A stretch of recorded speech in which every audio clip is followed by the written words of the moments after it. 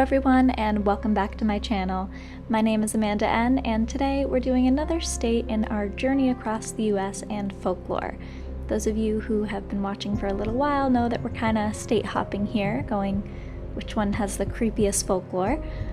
And today we're talking about ghost elephants in Illinois. Yes, this is a thing. I've got no idea exactly how, because they're not native to the area, but according to one source, this is one of the scary urban legends that the state boasts. So let's get right into it.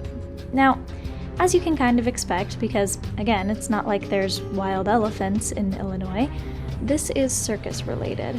I think that would be the only reason, with the exception of a zoo, that elephants would be in the States. Now, according to Roadside America, 5 elephant statues mark the boundaries of Showman's Rest, a plot of 750 grave sites at Woodlawn Cemetery.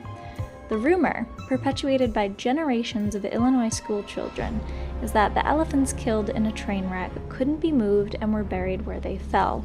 First of all, why are we believing children? I'm not saying never believe kids, but I don't think that I'd really believe them with ghost stories. I think we know kids exaggerate with that, but okay, let's keep moving. The statues actually mark the site of a mass grave of 56, or perhaps 61, Hagen-Beck Wallace Circus employees who were killed on June 22, 1918, when an empty troop train piloted by a napping engineer plowed into the 4 rear sleeping cars of the circus train near Hammond, Indiana, are buried there. Forest Park is a town of cemeteries marking the historical fringe of the metropolitan area. Public transportation terminated here, so why not Chicago's deceased populace? While strip malls and fast food have crept in, endless fields of monuments still silently greet the Forest Park visitor. The story goes that on the fateful early morning of June 22, 1918, a 26-car circus train was heading from Illinois into Hammond, Indiana, with 400 performers and roustabouts asleep in the rear cars. The train was halted onto the Michigan Central tracks near Ivanhoe due to an overheated axle box. A troop train suddenly appeared on the same track, cruising up from behind at 35 miles per hour and failing to heed track warning signals and flares. Engineer Alonzo Sargent snoozed away through 3 cars, finally halting on top of the 4th in a deafening grinding of metal and splintering of wood. Most of the 86 perished in the first 35 seconds of the wreck. Then, as is typical of any horrific historical mishap, the whole thing caught on fire. 4 days after the crash, survivors gathered at Woodlawn Cemetery, where the Showman's League of America had selected a burial plot for members. The identity of many victims of the wreck was unknown. Some were roustabouts and temporary workers hired just hours or days before. Most of the markers note unidentified male or female. One is marked Smiley, another Baldy, and 4-horse driver. Showman's Rest continues to fill up today, with deceased showmen performing at the biggest of big tops. Now, although 1918 was some time ago, it's not so long ago that there isn't any record of this. So I did a bit of digging to see what really happened here, and it turns out that not only was this literal train wreck just as tragic as it sounded, but it was one of the worst wrecks in history at that time.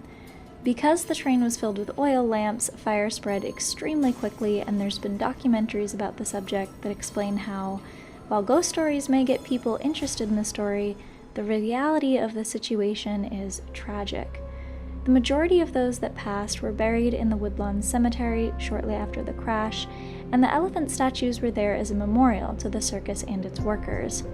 I don't want to diminish the loss of life by talking about ghost stories only, so that's why I think it's important to cover the historical aspect of this first. Now, as for the ghost elephants, this is where things get a bit fantastical, I guess you could say. The mass grave aspect is eerie, no doubt. I think that probably has to do with a fear of the unknown, not knowing who someone is, as well as that many bodies buried in one location from such a horrific event. It's already a situation many ghost stories are certainly derived from, with Native American burial grounds and war zones. You get the pictures. It's even said that the trunks are lowered because it's a symbol of mourning, whereas on circus posters, you'll often see elephant trunks lifted upwards in joy and excitement. The elephants may be depicted this way at the cemetery, but why does that make them ghosts? Well, it's said that the circus elephants that died in this tragic fire weren't given burials at all. They were unable to rest in peace. According to local legend, the elephants are said to have aided in rescuing the trapped performers by pulling away burning wreckage at the cost of their own lives. It's said that on some nights the haunting cry of elephants can still be heard in the distance. In reality, though, there were no elephants on the circus train, and no animals were killed in the crash. Already, this folklore doesn't exactly hold water. This circus didn't even have elephants, and even though they're commonly depicted as circus animals, like with the Ringling Brothers, elephants are incredibly rare and expensive. Personally, I'm thrilled that elephants are no longer a thing at circuses. As beautiful as they are, I think they belong in the wild. There's just been way too many cases of abuse. An animal sanctuary is one thing, but a circus where they exploit the animals and often have them mistreated them is another.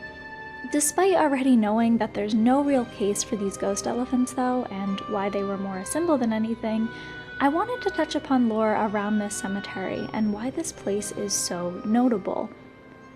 One source states that Woodlawn Cemetery in Carbondale has a long history along with a few firsts in Illinois.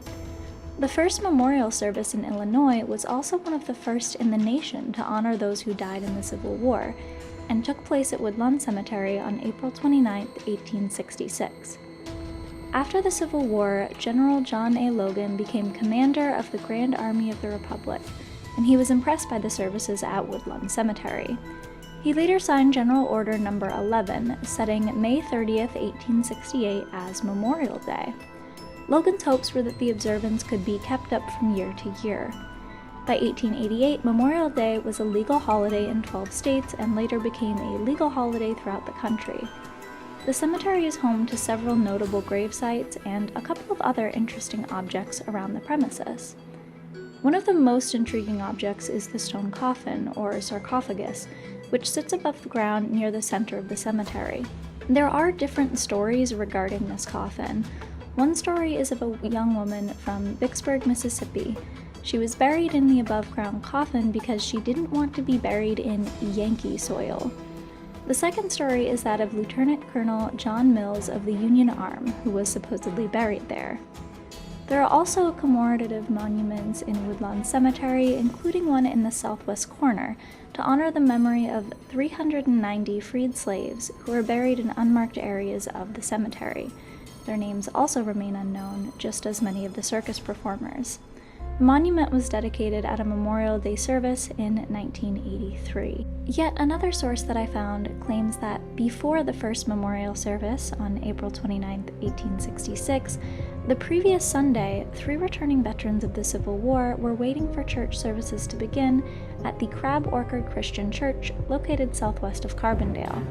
They saw a young woman with 2 infants approach a small, unmarked grave in the churchyard cemetery, place flowers on the grave, and kneel in prayer next to it. The veterans then collected wildflowers from fields around the church and placed them on graves of all the dead soldiers in the cemetery. So even though Showman's Rest is sort of apart from Woodlawn, or at least it has its own section to my understanding, it seems that the large Woodlawn Cemetery has been home to some creepy lore for a while now. Again, I'd say that the unmarked graves and a large old cemetery is ripe for folklore, so I'm not too surprised to hear that the elephant ghosts wander there, whether or not there's any reality behind it. With all that said though, that's actually where I'm going to end today's video. Let me know if you guys liked it, what you think about this cemetery, if you think that there could be any truth, if ghosts really do exist among us, and maybe here is where they'd wander. Let me know what state you'd like to see next down in those comments down below. Hit that like button if you liked it, subscribe if you're new, and I will see you all next week. Bye guys!